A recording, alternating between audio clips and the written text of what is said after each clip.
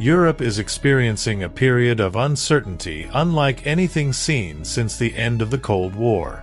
Russia's invasion of Ukraine has reignited old fears about the continent's security, particularly for countries near Russian borders.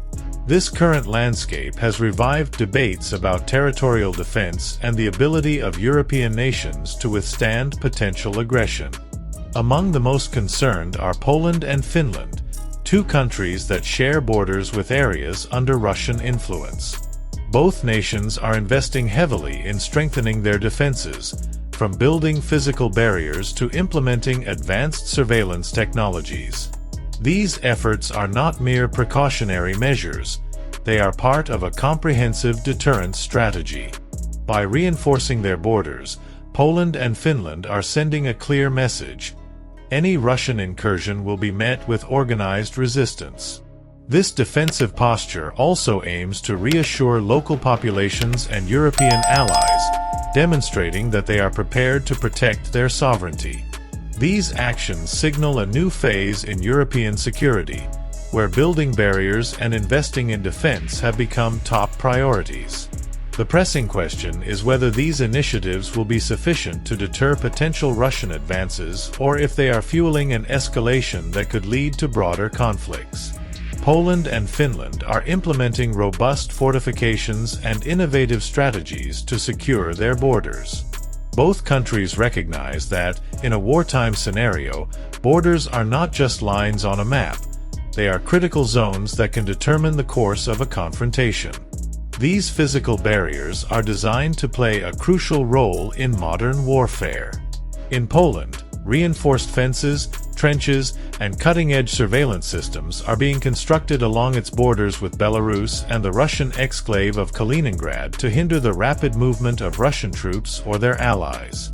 Meanwhile, Finland is combining artificial barriers with its natural defenses, dense forests and rugged terrain, to make any land invasion slow and logistically exhausting for the enemy. The purpose of these structures is to delay a potential invasion, buying time for local military forces to organize and strategically position themselves. This approach reflects a critical lesson from the conflict in Ukraine, where the ability to slow Russian troops was pivotal in strengthening local resistance and organizing counterattacks. Additionally, these barriers serve a psychological purpose. They send a clear signal to Moscow that borders are being reinforced and that any invasion attempt will face organized resistance. For the citizens of Poland and Finland, these measures also provide reassurance, showing that their governments are actively investing in the protection of their sovereignties and defensive capabilities. Poland has emerged as one of the leading investors in defense in Europe. The Polish government has allocated approximately $2.5 billion to reinforce its borders with Belarus and the Russian exclave of Kaliningrad. This effort is both a response to regional tensions and part of a long-term strategic plan to secure the country against threats from the east. The fortifications include extensive physical barriers, such as steel fences and razor wire, as well as advanced electronic monitoring systems. Surveillance towers equipped with thermal cameras and motion sensors track suspicious activity, while drones patrol remote areas.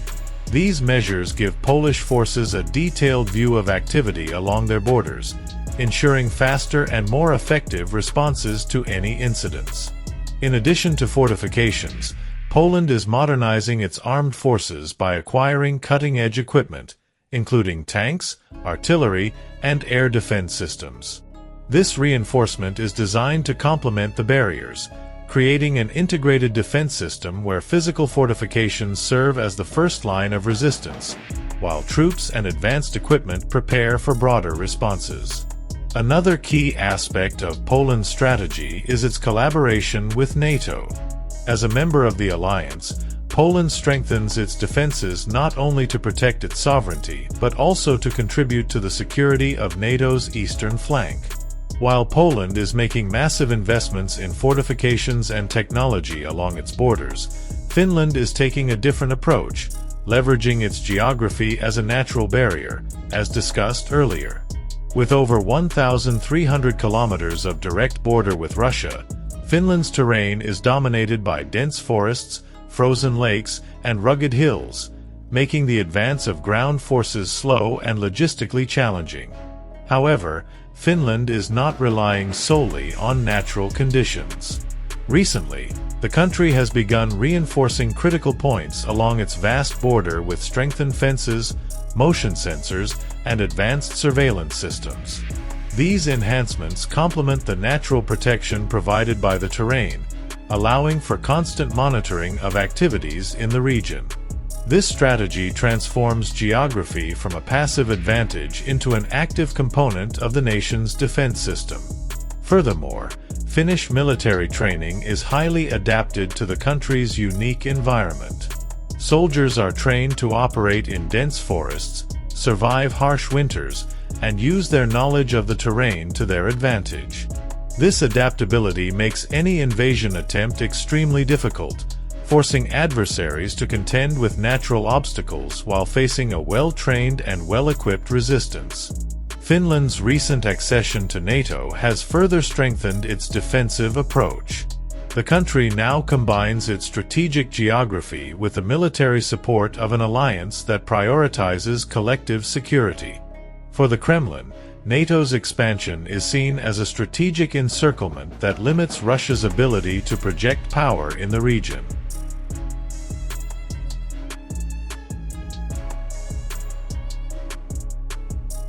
Finland's entry into the alliance has significantly increased NATO's land borders with Russia, prompting Moscow to vow unspecified retaliatory measures. This new dynamic has heightened tensions, with Putin's government ramping up its rhetoric and conducting military exercises near the Finnish border. These developments highlight the increasingly fragile geopolitical balance in the region. The rising tensions with Russia emphasize the importance of concrete defensive measures, such as the barriers being constructed by both Finland and Poland.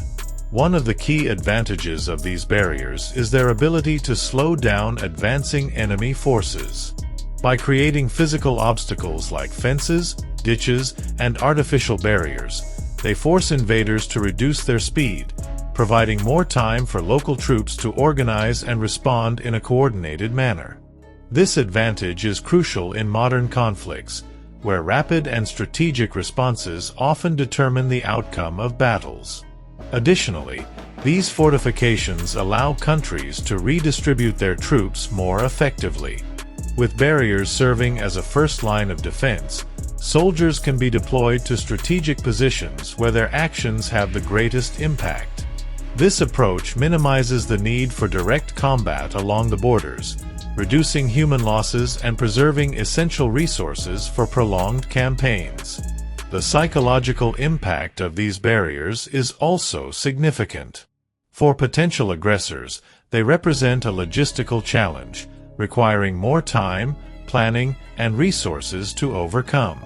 This creates a deterrent effect, discouraging rash or poorly prepared incursions. The defenses being erected by Poland and Finland are not isolated measures. They are part of a larger effort to align their strategies with NATO's principles, which in recent years have shifted to address threats on the eastern flank. For Poland, NATO is not just a strategic partner but an extension of its defense posture. The country hosts critical alliance infrastructure, including command bases and stockpiles of advanced weaponry that could be deployed in times of crisis. These facilities not only enhance rapid response capabilities in the region, but also link Poland's border fortifications to a network of multinational operations. This integration solidifies Poland's position as a cornerstone of European defense. Finland's entry into NATO has brought a new dynamic to the alliance. With one of Europe's most highly trained military forces, the country now shares its expertise in combat across challenging terrains and extreme conditions, skills that are crucial for operations in the Baltic region.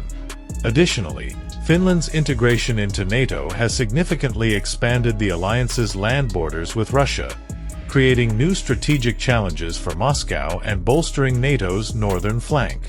Both Poland and Finland are striving to protect their borders while contributing to Europe's stability during a period of transformation. As physical barriers continue to rise, they are interconnected with a broader defense network that combines technology, cooperation, and preparation for future scenarios. The reinforcement of Poland's and Finland's borders must be seen within the context of broader perceived threats in Europe. Since the early 21st century, Russia has adopted a more assertive stance toward its neighbors, particularly those within the Western sphere of influence. While the focus often falls on armed conflicts, such as the war in Ukraine, Russian threats extend beyond traditional warfare and include hybrid warfare, cyber attacks, and disinformation campaigns.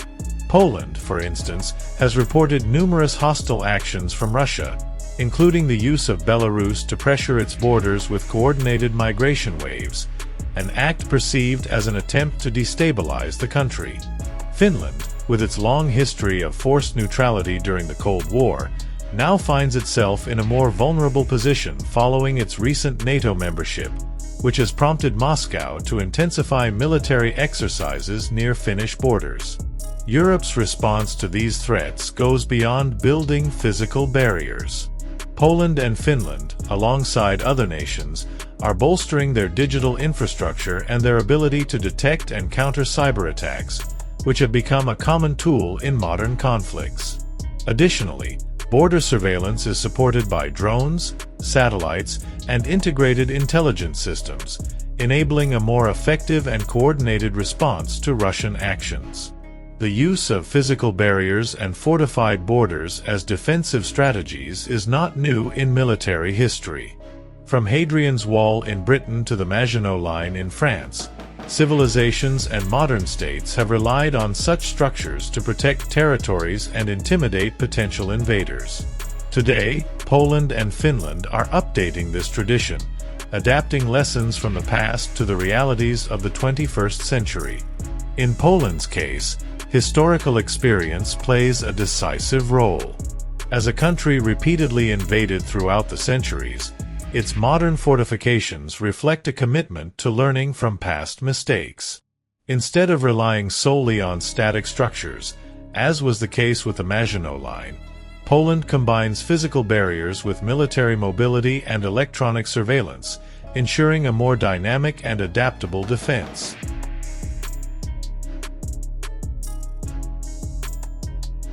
Finland, in turn, draws on its own history of resilience during the Winter War, 1939 to 1940, when it used its dense forests and rugged terrain to delay and wear down Soviet forces. This experience shaped a defensive doctrine that prioritizes leveraging local geography, rigorous troop training, and barriers designed for prolonged, defensive combat. Lessons from the past are now reinforced by modern technologies that make these barriers more effective than ever. Motion sensors, drones, and artificial intelligence enhance the capabilities of these fortifications, transforming them from mere physical obstacles into integrated defense systems. Beyond securing territory, they also serve as a deterrent, signaling to adversaries that any invasion attempt will be costly and time-consuming. For NATO, the fortified defenses in Poland and Finland strengthen the alliance's eastern flank. These countries are not only safeguarding their own borders but also those of neighboring states, such as the Baltic nations, which rely on an integrated system for their security. By investing in their own capabilities, Poland and Finland bolster NATO's credibility as a force capable of deterring potential aggression, thereby enhancing regional and global stability. However, these measures also increase pressure on Russia, which views NATO's military buildup and expansion as direct threats to its sphere of influence. The fortifications and defense investments are perceived by the Kremlin as part of a broader containment strategy, further intensifying tensions. This could prompt Moscow to seek new ways to pressure its neighbors, whether through hybrid actions like cyber attacks or shows of military force in strategic areas. These defensive efforts, nonetheless, have a unifying effect within Europe. Faced with a common threat, Countries that previously had differing approaches to security are now more aligned, sharing intelligence and coordinating defensive strategies. This unity is one of Europe's strongest responses to Russia's aggressive posture, demonstrating that even in times of instability, the continent can reorganize to protect its sovereignty and values. Throughout history, borders have been more than just lines on a map. They are symbols of sovereignty, resilience, and national identity. For Poland and Finland, building physical barriers and strengthening defenses is not merely a military necessity. It is a clear statement that these nations are ready to protect what is theirs, no matter the adversity. These walls, fences, and surveillance systems tell a story of preparation and determination at a critical moment in European history.